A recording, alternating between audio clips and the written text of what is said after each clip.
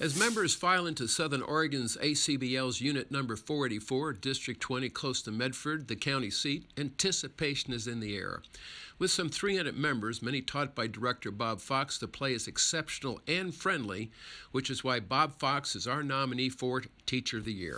If you haven't already signed up, please see either Gigi Walker or Kathleen Moore, and they'll help you find a partner or register you for you to play. Today's game, we have 13 full tables for the open game, so we're going to play 13 two-point rounds, no sit-outs, and no skips. Good to see Go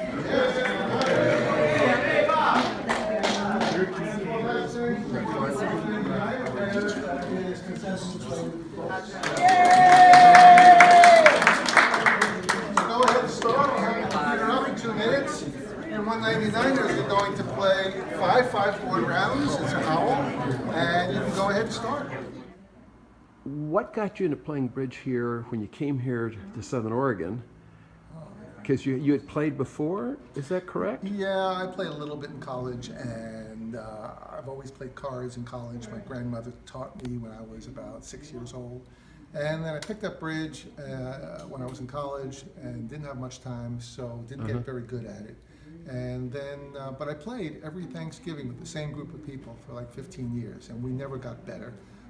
But we played, and then I was off working in, I was in Asia, and I was working, and I met this French couple that played bridge, and they needed a fourth.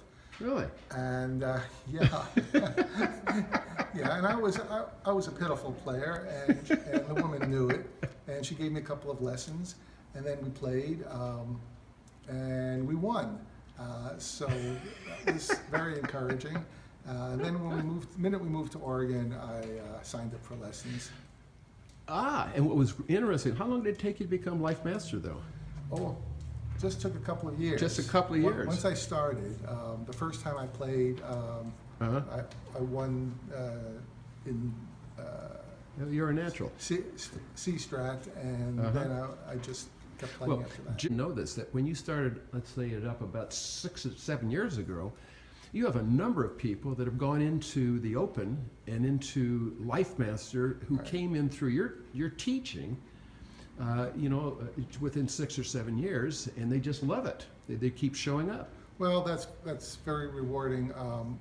Actually, the most rewarding part are the players who gave up playing bridge and said that it's just not for them and they can't get it, and I convinced them to continue coming for lessons year after year, and then one day the light bulb went on and they got it, and now they're playing at an entirely new level.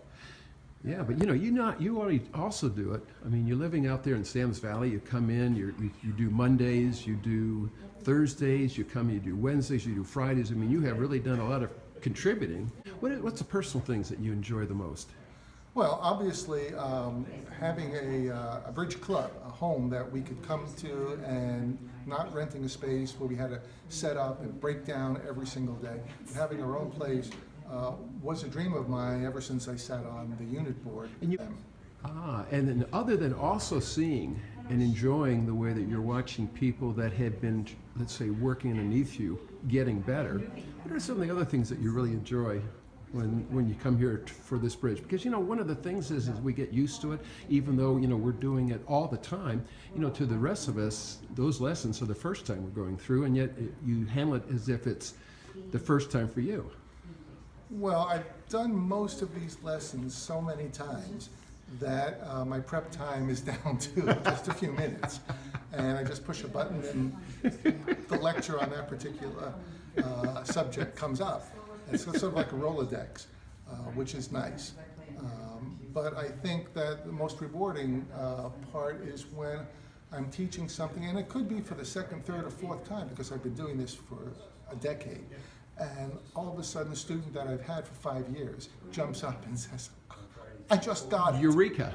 I just got it. And maybe I explained it just a little bit differently, or maybe for the first time, they had room, and it actually penetrated, went in, and took root.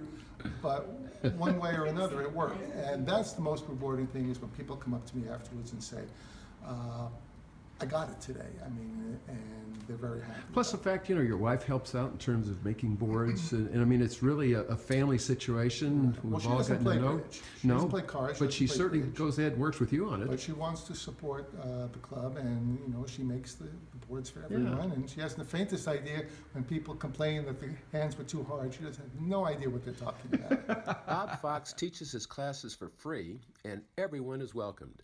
Instructions are typically given 45 minutes prior to a scheduled game. You name a convention, strategy, defense or bidding, or play of the hand, and Bob has taught it more than once. Fundamentals are emphasized, whether it is Blackwood versus Roman key card, responses to no trump, cue bids, splinters versus Jacoby 2 no trump, American standard versus 2/1, defense signals, and odd infinitum. A few examples follow Saturday Night Live, as one would experience when you were actually there. The system you're using with Blackwood tells your partner you have an ace. Yeah. That's it. Roman key card tells your partner you have 2 key cards and the queen of trump. How many key cards are there? 5. How many does North have? 3. What is North thinking now? North is thinking, I'm sure I'll find a way to mess this up. So you've got all the key cards and the queen of trump. You know that from this bid. And that's the huge advantage. This is a great hand for pointing out not only the use of Jacoby 2 no trump, but the use of Roman key cards. 7 no. Yeah. Our suit is spades, is it not? Yeah. Are you fairly confident we can make 7 spades? But we have huge holding in spades with all the top honors, we know that. We've got the ace king of the other 3 suits, and we have a potential finesse if we need it. So, which is a better score?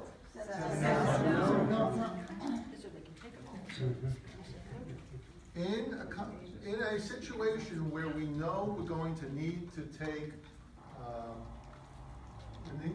we know we're going to need to rough a certain number of tricks to make the contract.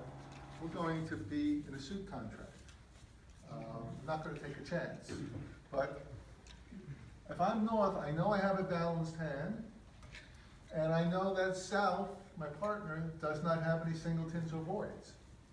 Therefore, we probably can safely bid the no trump, which is a much better contract. We're going to start over again next week with a sequence of classes over the next 6 to 8 months. I want to talk about the priority of teaching subjects. And basically, the things that we cover in order of importance are bidding, defense, and play of the hand. And most bridge textbooks that you read will cover this and will explain how bidding is tremendously important, because if you're not in the right contract, no matter how well you play the hand, you're just not going to do well over the long haul. And the importance of defense and play of the hand. However, I add strategy as being equally important to bidding. And the reason is, every time you sit down with a new hand, you're going to bid. Whether you have a lousy hand and you pass it out or not, you're going to bid. So you're bidding 100% of the time. And strategy, those of you who took my beginners classes, we started very early talking about strategy. And I think that a lot of beginner classes don't do that. They teach you the basics, and then later on figure once you're an intermediate or higher, we're going to teach you serious strategy. But I think that has to be interwoven in the lessons right from the get-go, which is why We always talk about strategy in every class related to every topic that we talk about, because you're strategizing 100% of the time. And whether it's a strategy of whether you should open or not, based on whether you're vulnerable or you're not, or whether you should make a preemptive bid at the 3 level or the 4 level based on your vulnerability, or whether you should, the opponents are in a game, and should you sacrifice knowing that you're going to go down, or your opponents are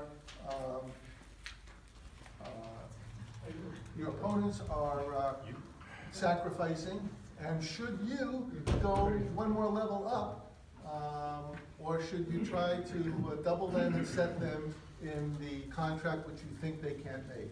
So the strategy is one of the most important aspects of playing. People are always after me for more play of the hand, and I'm happy to teach classes on play of the hand. You should remember that you're on defense 50% of the time on average, right? 50% of the time, you and your partner are going to be defending, and 50% of the time, you and your partner are going to be playing the hand, but only one of you plays the hand, the others are done hand 25% of the time. So as far as priorities go, play of the hand is the lowest priority. And we teach classes on play of the hand because it's very important. However, you can't play the hand, no matter how well you play the hand. If you're not in the right contract, excuse me guys, thank you. No matter how well you play the hand, if you're not in the right contract, what's the point? Subsequent classes went into defense, the dominant defender, odd even versus other discard communications, and lead directing doubles, among other topics. Bob Fox, a medical doctor by career choice, scuba instructor, builder of computers, life master, the best bridge instructor, and overall good guy, is our nominee for Teacher of the Year. This application and video speaks for itself.